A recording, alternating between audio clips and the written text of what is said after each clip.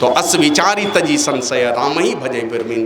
ऐसा विचार करके जो बुद्धिमान चतुर प्राणी होते हैं वे परमात्मा का भजन करते हैं।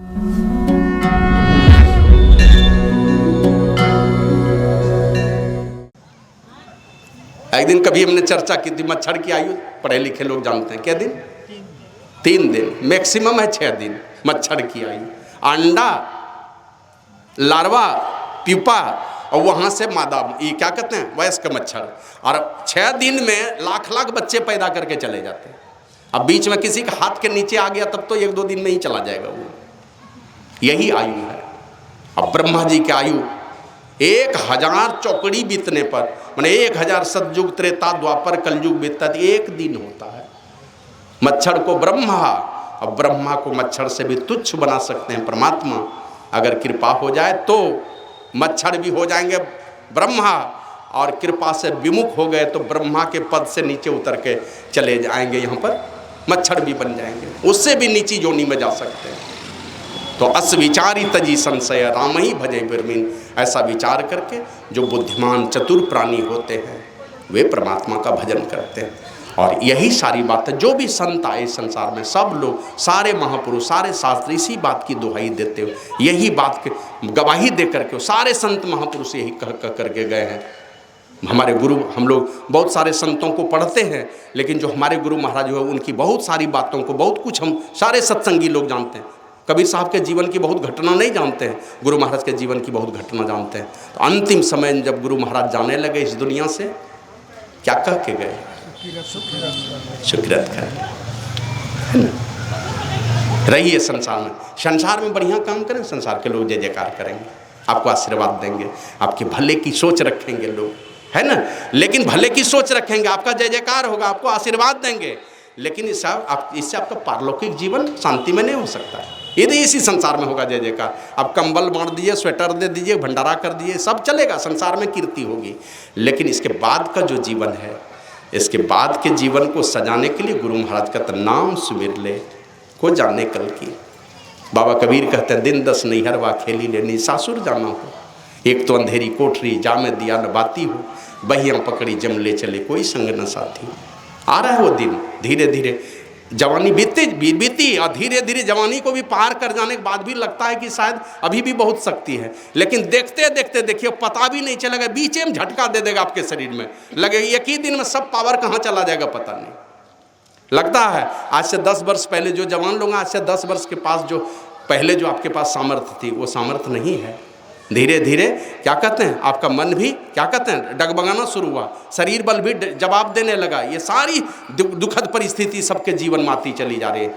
दौड़ लेते थे कहीं पर, अभी 2 मिनट दौड़िएगा दम फूलना शुरू होता है। छत पर चढ़ते हैं, हमको लगता है आधा से अधिक आदमी का दम फूलता होगा शहर में रहने वाले का। यही तो हमारे शरीर की स्थिति रह गई है। तो इसी बीच में जैसे जैसे शरीर कमजोर होता चला जा रहा है, बस आंतरिक यात्रा की गति बढ़ानी है। और दोनों बात गुरु महाराज का रोज दिन हम लोग स्तुति प्रार्थना में गाते हैं, श्री सदगुरु की सार शिक्षा याद रखनी चाहिए और अटल श्रद्धा प्रेम से गुरु भक्ति करनी चाहिए। और मृगवारी सम सब ही प्रपंचन, संसार के जितने प्रपंच हैं ये सारे मृगवारी के समान है। माना पानी नहीं है, पानी जैसा लग रहा है, वो मृगवारी है। मृगे को जैसे लू के माना लू में ही पानी का भ्रम होता, उसी प्रकार मृगवारी सम सब ही प्रपंचन, और विषय जितने विषय सब दुख रूप है, दुख का दलदल है। विषय जो दुख का दलदल है, और निज सूरत को इनसे हटा प्रभु में लगाना चाहिए। जोड़ के रखिए, बराबर निकाल करके जतन करके उस पर परम प्रभु परमात्मा में जोड़ करके रखिए। और यही जोड़ने के लिए जो संत महापुरुष आए, बाबा कबीर तो कहते हैं, जिन मन आलस किया जन्म जन्म पछताए, और आलस नहीं किया तो भक्ति निशे मुक्ति की संत चढ़े शब्दाए। दौड़ दौड़ करके भक्ति रूपी सीढ़ी पर चढ़ गए, वो मुक्ति के महल में चढ़ने के लिए भक्ति रूपी सीढ़ी पर सवार हो गए। तो जो आलस करेंगे तुम मुक्ति रूपी सीढ़ी महल में आप प्रवेश नहीं करेंगे, भक्ति रूपी सीढ़ी पर चढ़ेंगे नहीं। और अगर संतों के चरणों में जाएंगे, वो आपके आंतरिक यात्रा की गति को बढ़ाने का संदेश हमेशा दे करके गए। हमारे गुरु महाराज कहते हैं, नित्य सत्संगति करो बनाए, रोज करो, बाहरी सत्संग करो, लेकिन बाहरी सत्संग करके ही न रहना, आंतरिक सत्संग भी होना चाहिए रोज दिन। अंतर बाहर द्वय विधि भाई। दूसरे भजन में प्रार्थना करते हुए गुरु महाराज कहते हैं, अंतर बाहर भक्ति कराइए, दीजिए आत्मज्ञान, अनात्म द्वैत से बाहर कीजिए, यही विनती नहीं है। तो दोनों प्रकार की, और ये बाहर पवित्रता का आचरण करते हुए, मधुर व्यवहार रख करके, पवित्रता का आचरण करते हुए, खान पान की शुद्धि रखते हुए खूब पवित्रता में बरतिए। और पवित्रता में बरतते हुए बाहरी सत्संग करके, आंतरिक सत्संग की प्रेरणा लेकर के अंतर साधन में जुटिए। और यही अंतर साधन करने के लिए सारे संत महापुरुष की चेतावनी है, बिना अंतर सत्संग के हमारी भक्ति की यात्रा अधूरी है। बाहरी सत्संग में फंसे रहेंगे, बाहरी भक्ति में फंसे रहेंगे, भक्ति की यात्रा पूरी नहीं होने वाली है। तो इस भक्ति की यात्रा हमारी पूरी हो, इसी के लिए हमने एक भजन गा करके सुनाया, ऐ मस्त मन कहाँ तू भूला जहान में है, वह जिन्स क्या जिसे पा फूला गुमान में है। ऐ मेरे मन, ऐ मस्त वाले मन, कहाँ भूले हो संसार में, कौन ऐसी वस्तु तुमको मिल गई है जिसके गुमान में फूले हुए। हमारे पास जो परिस्थिति है, ऐसी परिस्थिति तो बहुतों को मिली, बहुतों को। अभी देखे हरिद्वार में यही शायद 2 साल हो गया, माने क्या कहते हैं उनको, निवर्तमान शंकराचार्य थे वो, माने शंकराचार्य बनाया, विद्वत समाज ने नहीं स्वीकार किया, बोले नहीं हमको तो विदेश जाना पड़ता है, और शंकराचार्य समुद्र लांघ नहीं सकते, समुद्र लांघेगा तो ब्राह्मण के पंक्ति से बाहर हो जाएगा वो। तो क्या कहते हैं, जो शंकराचार्य होते थे, जो बड़े सिद्ध महात्मा होते थे, वो कभी समुद्र नहीं लांघते थे। हमारे गुरु महाराज समुद्र नहीं लांघे कभी, तो वो समुद्र नहीं लांघ, माने क्या कहते हैं, शंकराचार्य बनेंगे तो समुद्र लांघना पड़ेगा। तो बोले आज शंकराचार्य मैं नहीं रहूंगा। तूती बोलती थी। अवधेशानंद गिरी के गुरुदेव हुए स्वामी सतमित्रानंद गिरी जी, करोड़ों अरबों की संपत्ति, बड़े बड़े नेता, क्या कहते हैं नेता अभिता, कौन दंडवत बंदगी नहीं बजाते होंगे, गए वही मिट्टी में दफन हो गए, सारी की सारी चीजें धरी की धरी रह गई। वो दिन आए, इसके लिए आवश्यकता है कि हम आंतरिक यात्रा की शुरुआत करें, बाहरी भक्ति में ही केवल उलझ करके नहीं रह जाए, और आंतरिक भक्ति में वही यही गुरु महाराज चेतावनी देकर ये कहते हैं, ऐ बाबा साहिब स्वामी जी महाराज, ऐ मस्त मन कहाँ तू भूला जहान में है, वह जिन्स क्या जिसे पा फूला गुमान में है। सारा समा है, क्षमा मतलब होता नजारा, सारा नजारा धोखा है, धोखा। फानी मन नासवान है सारा नजारा, सब मिटेंगे, ये धन, ये जौवन, ये जवानी कुछ नहीं रहने वाली, सब धीरे धीरे बिनस जाएगी। सारा समा है फानी, और यही जिस्म की कहानी, इस जिस्म की भी वही कहानी है, ये भी नासवान है चंद जिंदगानी जो सरे आम में है। सारा जहान जानता है कि थोड़े दिनों की जिंदगानी है, इसलिए कहते हैं धोखे में तुम पड़े हो जो रेग में मिरग हो, और किस्मत को खो रहे हो ऐसा यकीन में है। अपने किस्मत को खो रहे, संसार के मृगवारी को देख करके जो तुम लुभाए हुए हो ना, ये तुम धोखे में पड़े हुए हो। इसलिए कहते मत रंज दिल में आनो, और रब ही अमन है जानो। रंज मत लाओ, संसार के जो भी परिस्थितियाँ आपके जीवन में आई, इससे दुखी मत होइए। एक आदमी कोई आ गया एक महात्मा के पास, और वो महात्मा जी जब भी कुछ बोले ना तो गुस्सा आ जाए, न गाल मुँह फुला के चुपचाप बैठ जाए। तो पूछते थे भाई काहे गाल मुँह फुला, नहीं कोई बात नहीं, बात है, लेकिन वो गाल मुँह फुला के बैठा रहे। तो पूछे भाई काहे तुम गाल मुँह फुला करके बैठे रहते हो, नहीं कोई बात नहीं। तो पूछा यहाँ जो आए हो तुम, इसके पहले तुम क्या करते थे, यहाँ आने के पहले मेरी शरण में जो आए हो इसके पहले क्या करते थे। तो बोले पहले रामलीला में काम करता था। तो रामलीला में कभी कोई डांटा फटकारा, बोला हाँ डांटता फटकारता तो था, कभी डांट फटकार ही सुनने को और कुछ हुआ, बोला डांट फटकार, रोज मार खाता था, रोज पिटाई होती थी रामलीला में। कहा उसो क्यों, कहा कि हम लोग बंदर भालू का रोल करते थे, और राक्षस लोग जो आता था ना बड़ी पिटाई करता था। तो कहा गुस्सा लगता था, नहीं गुस्सा तो नहीं लगता था। कि जब वहाँ पिटाई होती थी, रामलीला में काम करते तो वहाँ पिटाई होती थी, गुस्सा नहीं लगता था, क्यों नहीं लगता था, कि वहाँ तो देखते थे रामलीला है, रामलीला है इसलिए गुस्सा नहीं लगता था। का उसी प्रकार इस संसार में भी अगर परमात्मा की लीला समझ लोगे तो नहीं पता चलेगा छोटी छोटी बातों से क्यों दुखी होते हो। श्री सद्गुरु महाराज की जय। तो कहते हैं मत रंज दिल में आनो, और रब ही अमन है जानो। शांति का खजाना अगर कोई है वो परमात्मा, वहीं चल करके शांति मिलने वाली है। रब ही अमन है जानो, और मिलता उसे है मानो। किनको मिलेंगे वो शांति स्वरूप परमात्मा, तो रहबर की रहम में है। जिस पर रहबर की कृपा हो जाती है, जिसकी रहबर की रहम हो जाती है, गुरु प्रभु की कृपा हो जाती है जिनके ऊपर, उनको परमात्मा मिलते हैं। इसलिए का मुर्शद सुखन को मानो और खिदमत कदम में ठानो। मुर्शद के सुखन को मानो, सुखन मतलब होता उपदेश, मुर्शद मन होता सच्चे सदगुरु का, उनके उपदेश को मानो। उन्होंने जैसा जैसा का बिना उनके उपदेश को माने, और उनके उपदेश मूल में बाहरी बातों को बहुत कुछ गुरु महाराज समझा करके बहुत बातें हैं, विविध नेम आचार जप तप तीरथ व्रत मख दानहु सब कीजिए, सबसे भला होगा। बहुत प्रकार का जप, क्या कहते हैं, बहुत प्रकार का नियम आचार जप तप तीरथ व्रत, लाभ नहीं है से, लाभ है, हमारे जीवन को पवित्रता देता है। बहुत प्रकार के नेम से चलेंगे, बहुत प्रकार का बढ़िया आचरण करेंगे, बहुत प्रकार का जप करेंगे, बहुत प्रकार से अपने शरीर को तपाएंगे, है ना, तीरथ करेंगे, दान करेंगे, यज्ञ करेंगे, सबसे हमारे जीवन में पवित्रता आती है। लेकिन कबहू सरवर ना करे जो ध्यान बन पलहू को, पल भर का ध्यान जो आपके जीवन में क्या कहते हैं, जो उन्नति का शिखर खोलेगा, वो दुनिया के इन सारे तीर्थ व्रत जप ध्यान इन सारे चीज़ों से, इनसे भी होगा भला, लेकिन पल भर का मुहूर्त भर का जो ध्यान होगा, आंतरिक सत्संग होगा, इससे जो भला होगा, इन चीज़ों से नहीं होने वाला है। तो इसलिए महापुरुषों की जुक्ति अपने जीवन में उतार करके भगवान श्री राम ने भी यही उपदेश माता सबरी को कहा।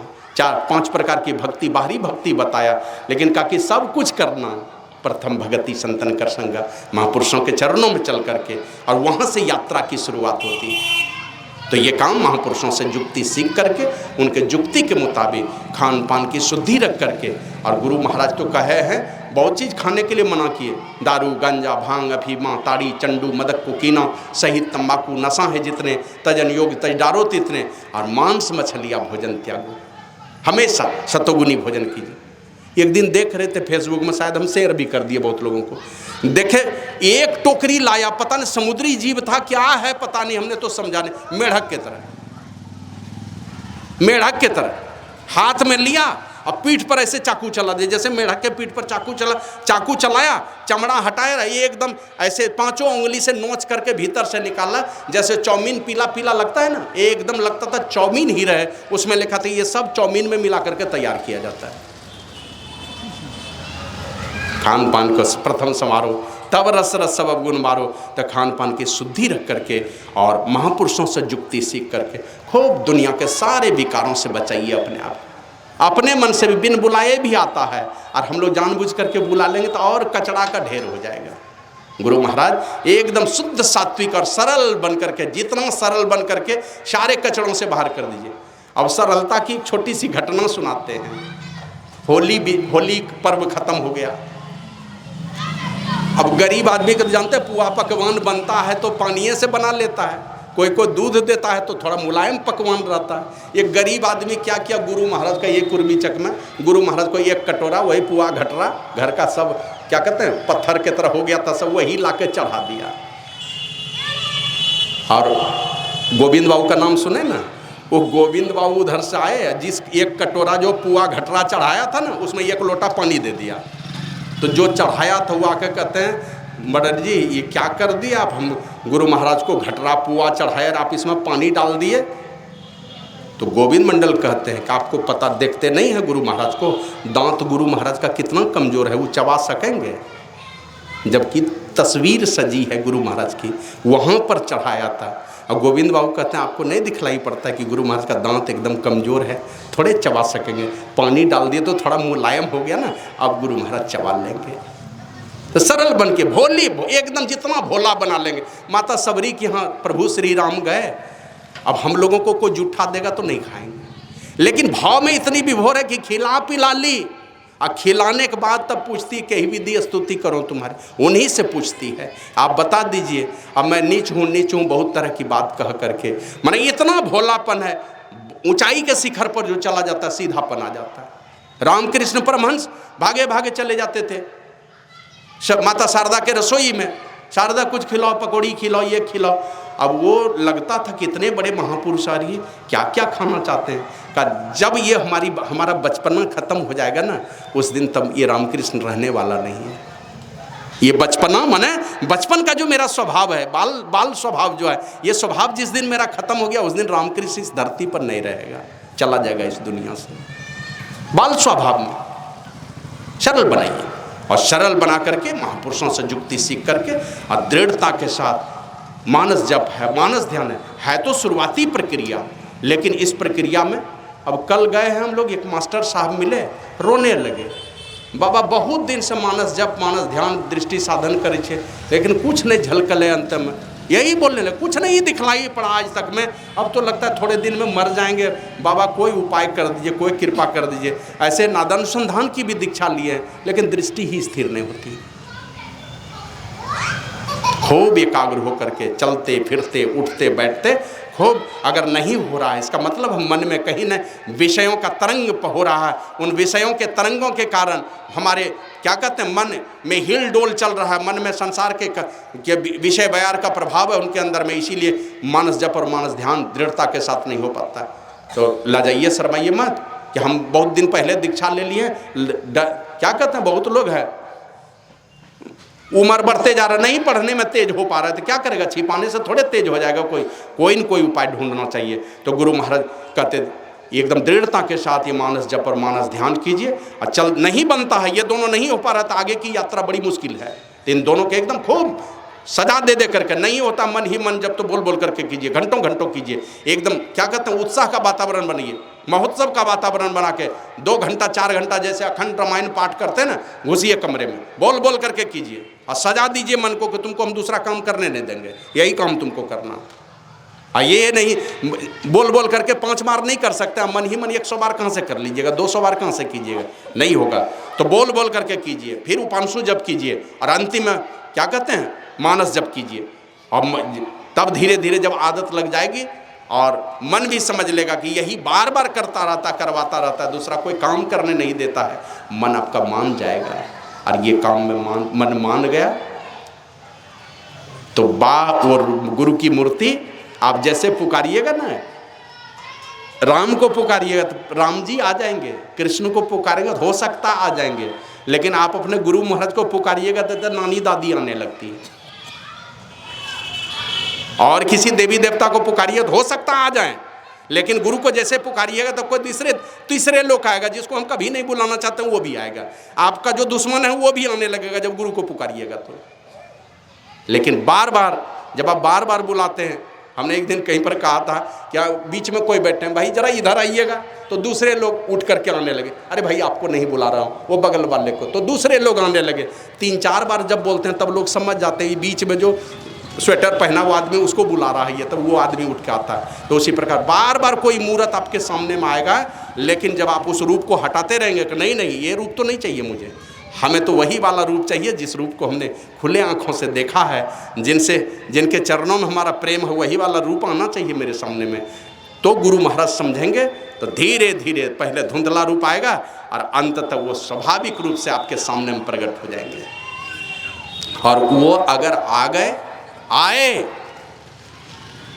तो इसके बाद की यात्रा जो गुरु की मूर्ति हृदय बसाइए, बस गए, अब वहीं से आपकी क्या कहते हैं, जो इच्छा, मन ही निर्मल हो गया था। निर्मल मन में क्या इच्छा होगी आप तो जानते हैं। जैसे वो रूप आया, गुरु महाराज लिखते हैं, सदगुरु रूप ही में धारत, काम क्रोध मद दो लोभ दहे, काम क्रोध आदि सारे विकारों का दहन हो जाएगा।